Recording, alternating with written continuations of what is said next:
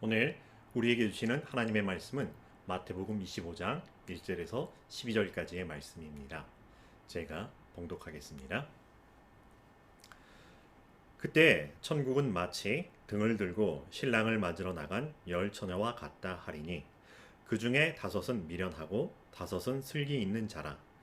미련한 자들은 등을 가지되 기름을 가지지 아니하고 슬기 있는 자들은 그릇에 기름을 담아 등과 함께 가져갔더니 신랑이 더디오므로 다 졸며 잘세.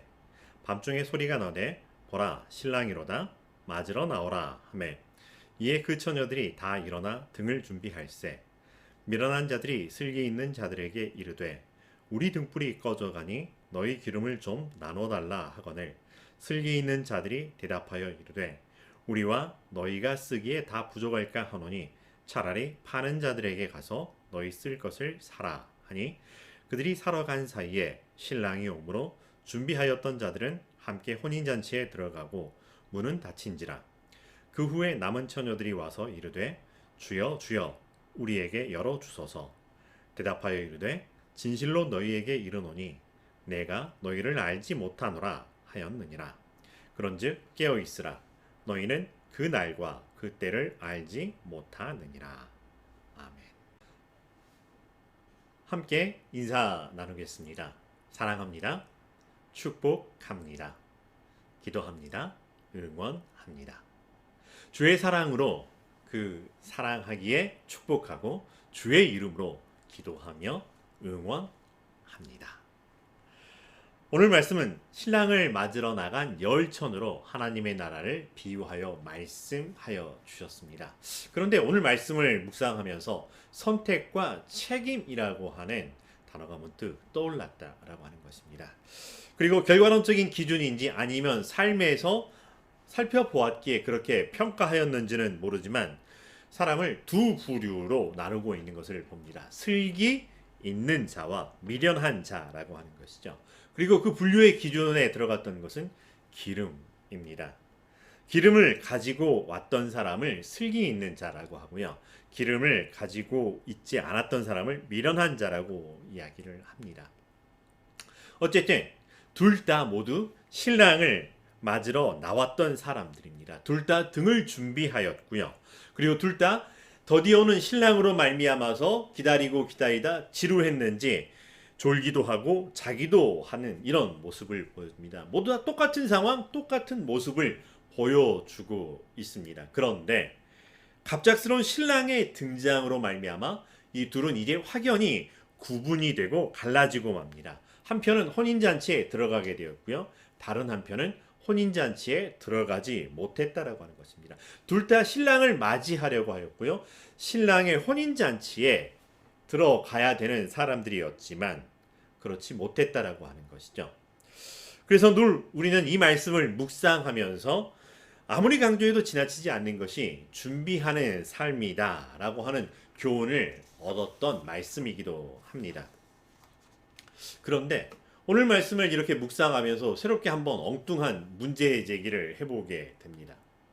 이것이 과연 단순히 기름을 준비하지 않은 5 처녀들의 문제일까?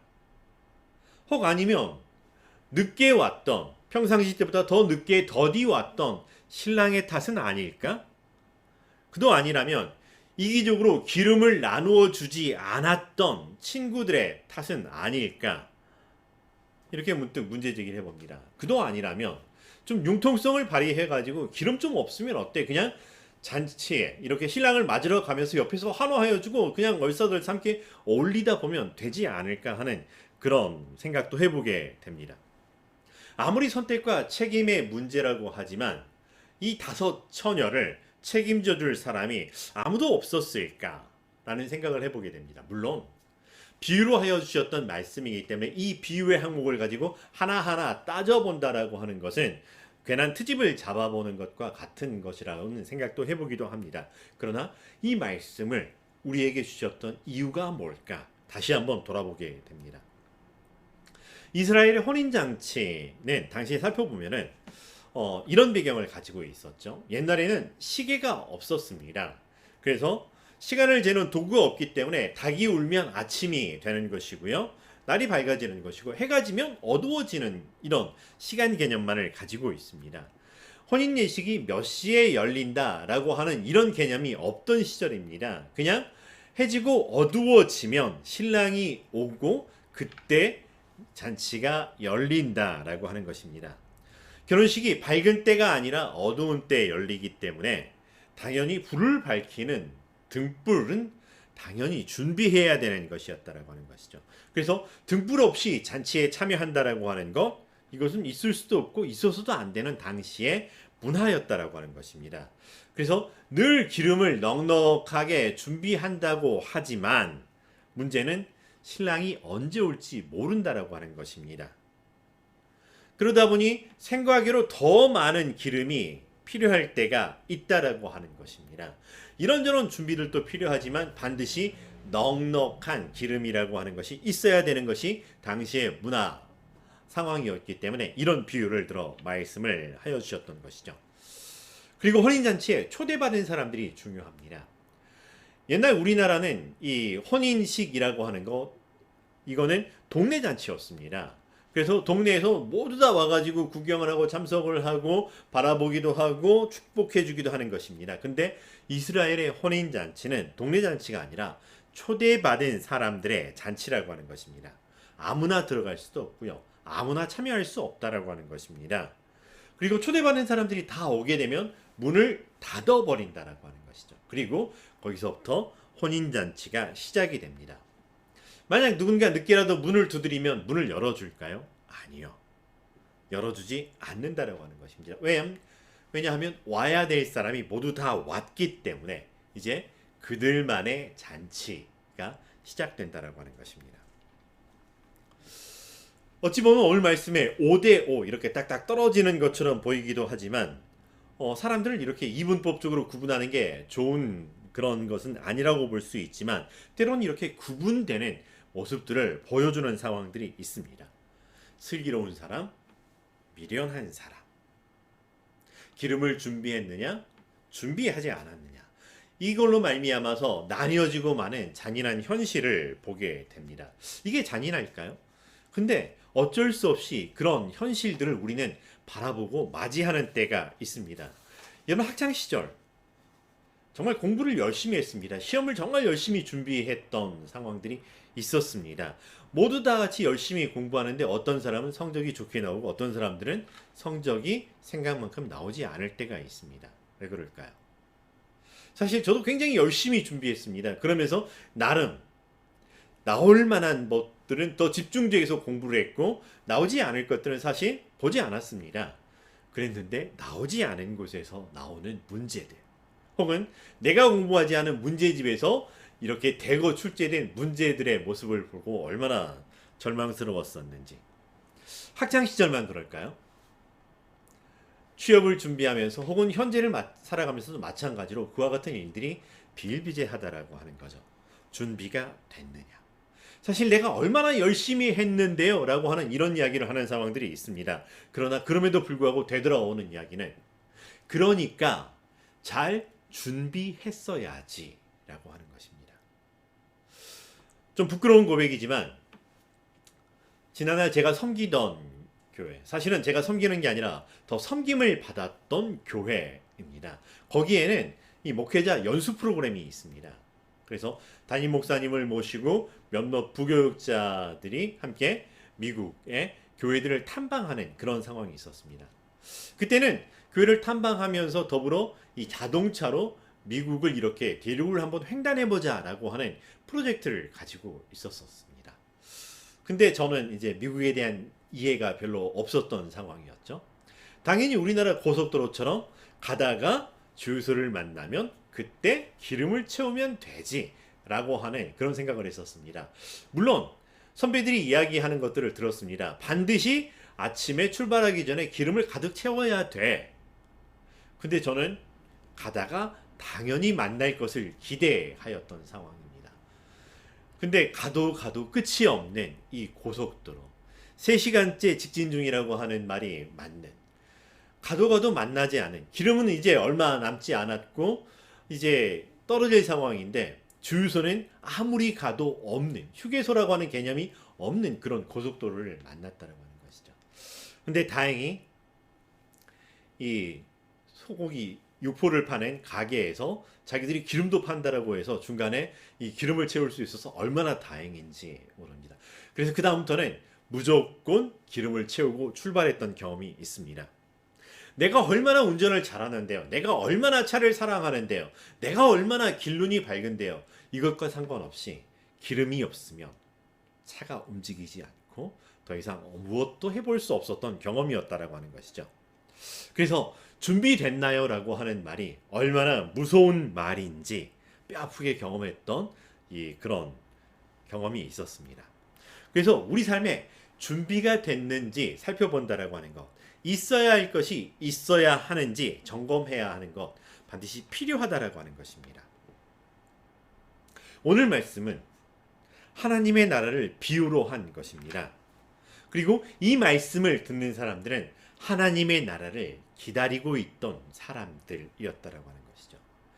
이스라엘 사람들은 오랜 세월 수천 년의 시간 동안을 하나님의 나라를 기다려 왔습니다. 택한 백성, 하나님의 백성이었기에 이제 하나님의 나라로 하나님께서 우리를 다스리시는 그 나라가 오면은, 그래서 메시아가 오면은 하면서 간절히 그날을 기다려왔던 사람들입니다. 수많은 시련과 환난 속에서도 이 소망을 잃어버리지 않았고 무너지지 않았고 구루터기의 신앙을 가지고 되살아나며 기다려왔던 사람들입니다. 그런데 정작 하나님의 나라가 선포되고 하나님의 나라가 그들에게 임하였고 메시아가 그들에게 왔건만 그들은 알아보지도 못하였고 누릴 생각조차 없는 사람처럼 보였다라고 하는 것입니다. 오히려 거부하였고요. 거절하였고요. 하나님의 나라와 상관없는 것처럼 살아가며 하나님의 나라, 하나님의 아들을 무시하고 모욕하기까지 했던 사람들입니다. 그런 안타까움 속에서 주셨던 예수님의 말씀이라고 하는 것입니다. 그들은 미련한 다섯천어처럼 등은 있었지만 기름을 준비하지 못하였던 사람들입니다. 오늘 우리도 그들과 동일하게 하나님의 나라를 기다리는 사람들입니다. 예수님께서 이 땅에 다시 오실 것을 기다리고 있는 사람들입니다. 그래서 하나님의 나라가 어떠한 나라인지, 하나님의 백성, 하나님의 자녀가 된다는 것이 어떠한 것인지를 듣고 배우고 알고 그렇게 살아가려고 있는 사람들입니다. 그래서 다시 한번 묻습니다. 준비됐나요? 우리는 그래서 잘 기다리고 있나요? 혼인잔치를 준비하는 사람들은 각자의 역할이 있었고요. 또 각자 역할에 따른 준비해야 될 것들이 있었다라고 하는 것입니다. 10명의 여인은 신랑을 맞이하는 역할이었고요. 신랑을 맞이하는 역할이었기에 거기에 따른 준비들이 필요했다라고 하는 것입니다. 어둠을 밝히고 신랑을 환영하고 그래서 신부의 즐거움을 더하게 하는 것, 이것이 그들의 역할이었습니다. 준비물은 축복하는 마음과 어둠을 밝혀줄 등불이었다라고 하는 것, 그리고 그 등불이 계속하여 환하게 빛을 발하지도록 할 수 있는 넉넉한 기름이었다라고 하는 것입니다. 그리고 13절의 말씀처럼 깨어있는 것이었다고 하는 것입니다. 오늘 이 말씀을 듣는 우리의 역할은 무엇이고 우리의 준비는 무엇일까요? 신랑을 맞이하는 사람들처럼 우리는 그 혼인잔치에 초대되었던 사람입니다. 하지만 우리는 단순히 구경꾼이나 들러리 혹은 지나가는 행인, 저게 뭔가 있나 보다라고 하는 그런 게 아니라 거기에 신부의 들러리가 아니라 신부로서 참여하고 있다라고 하는 것입니다. 어린 양의 혼인잔치에 신부로 참여하는 사람들이고요. 다른 말로 표현하면 우리는 하나님의 자녀가 되었고요. 그리스도의 편지이고 그리스도의 향기이고요. 세상의 빛과 소금이고요. 예수님의 친구라고 하는 삶입니다. 그래서 우리가 어떤 역할인지 분명하게 기억하는 것, 우리는 하나님의 자녀입니다라고 하는 이 정체성과 이 본질을 기억하는 것이 우리의 중요한 역할이라고 하는 것이죠. 하나님의 자녀가 이제 우리의 삶이어야 되는 사람들이라고 하는 것입니다. 다른 말로 표현하면 왜 열심히 일해야 되는가? 왜 말씀을 묵상해야 되는가? 왜 우리가 예배에 참여해야 되는가? 왜 예배자가 되어야 되는가? 왜 사람들을 만나는가? 왜 때를 얻든지 못 얻든지 말씀을 전해야 하는가? 우리가 하나님의 자녀이기 때문에, 하나님께서 나를 자녀 삼아 주셨기 때문에 그와 같다라고 하는 것입니다. 왕관을 쓰려는 자, 그 무게를 견뎌야 한다라고 어떤 드라마에서 반복하여 이야기했던 대사가 있습니다. 이제는 우리가 하나님의 자녀라고 하는 것입니다. 내가 원해서 된 것이 아니라 하나님께서 우리에게 그렇게 되는 권세를 주셨고 하나님의 그 간절한 마음으로 우리가 그렇게 되었다라고 하는 것입니다. 그래서 우리가 기억할 것은 내가 하나님의 자녀입니다 라고 하는 것과 더불어서, 그러나 내가 하나님의 자녀가 되는 권세에 더 큰 마음이 있는 것이 아니라 나를 그렇게 삼으신 이가, 나를 그렇게 부르신 이가 나의 하나님으로 인해 그렇게 된 것, 예수 그리스도로 말미암아 그렇게 된 것, 성령님 아니고서는 그와 같은 삶을 이룰 수 없습니다 라고 하는 것을 기억하는 것이라고 하는 것이죠. 우리의 준비는 무엇일까요? 슬기로운 다섯 처녀가 준비했던 기름처럼 우리가 준비해야 할 기름이라고 하는 것은 무엇일까요? 선한 행실일까요? 아니면 더 오래 탈 수 있도록 하는 소망과 믿음일까요? 아니면 성령의 기름 부으심이라고 하는 것일까요? 그런데 오늘 말씀을 문득 사도 바울이 전하여 줬던 말씀과 함께 더불어 생각해 봅니다. 너희가 경건의 모양은 있으나 경건의 능력은 없다고 한탄하셨던 말씀입니다. 불을 피울 등이라고 하는 형식과 모양은 갖추어졌지만 그 등에서 불을 밝혀낼 수 있도록 하는 그 본질이며 근원이 되는 기름은 준비되었느냐라고 하는 것입니다. 신앙의 행위는 있으나 신앙의 본질이라고 하는 것이 없어져 버린 사람들, 정말로 하나님을 경외하느냐, 정말로 예수 그리스도를 구주로 삼고 있느냐 라고 하는 것, 그래서 하나님을 사랑하고 내 이웃을 내 몸과 같이 사랑하느냐라고 하는 것, 우리의 신앙으로 말미암아 사람들이 생명을 얻고 있느냐라고 하는 말씀입니다. 나의 거룩한 모습을 사람들이 보고 부러워하고 자랑삼아하는 그것이 아니라고 하는 것입니다. 하나님의 나라를 이야기하지만 정작 하나님의 나라의 삶이 없었던, 그 나라와 상관없었던 바리새인과 서기관의 삶의 모습이 아니라고 하는 것입니다. 하나님 나라의 삶은 우리의 본질이 무엇이냐라고 하는 질문에 대한 대답과도 같습니다. 그 어디나, 그 어디에나, 그 언제나 나는 하나님 앞에 있습니다. 하나님은 나의 하나님이십니다. 나는 하나님의 자녀입니다라고 하는 이 믿음과 고백, 그리고 이것을 채워주시는 신앙의 본질이 우리 안에 있느냐라고 하는 것입니다. 어디에나 계시지만 어디에서도 살 수 없고 어디 가서도 얻을 수 없는 예수 그리스도로 말미암아 채워지는 기름이라고 하는 것입니다. 그래서 나의 역할이 무엇인지, 나의 본질이 무엇인지, 내가 채워야 할 기름이 무엇인지 준비되었느냐라고 하는 것입니다. 기름이 없이 빛이 될 수 없고요. 내 본질, 소금이 없이, 그 소금의 맛이 없이 소금의 역할을 감당할 수 없게 된다라고 하는 것입니다. 그러기에 당부하시는 말씀이 깨어 있으라라고 하는 것입니다. 깨어 있으라라고 하는 것이 잠을 자지 말고서 버티라고 하는 것이 아니라고 하는 것입니다. 주의하고 있으라, 의식하고 있으라, 집중하고 있으라 라고 하는 말씀입니다. 사실 기름을 구하는 것 어려운 일이 아닙니다. 어느 지역에나 기름을 파는 곳이 있었고 사서 기름을 대비할 수 있습니다. 그런데 갑작스럽게 닥쳤을 때는 이 기름을 구할 수 없는 것처럼 어디에서나 살 수 있지만 어디에서도 구할 수 없는 예수 그리스도가 우리 안에 있느냐, 너희가 내 안에 있고 내 말이 너희 안에 있느냐라고 말씀하신 예수님의 말씀을 다시 한번 기억하고 그 상황을 우리가 늘 주의하고 의식하고 집중하고 있느냐라고 하는 것입니다. 슬기롭다라고 하는 것. 내가 누구인지 안다라고 하는 것입니다. 또한 슬기롭다라고 하는 것. 그래서 나를 채우고 있는 나의 본질이 무엇인지, 내가 준비해야 될 것이 무엇인지 알고 있다라고 하는 것. 깨어 있어서 내가 확인하고 점검하고 돌아보아야 할 것이 무엇인지 알다라고 하는 것. 그래서 나는 언제나 늘 하나님 앞에 있으며 하나님과 함께 있는 사람이며 하나님으로 말미암아 나는 하나님의 자녀입니다. 고백한다라고 하는 것입니다. 우리의 준비할 기름은 예수 그리스도와 함께하는 삶이라고 하는 것입니다. 겨울이 되면 당연히 겨울을 날 월동을 준비합니다.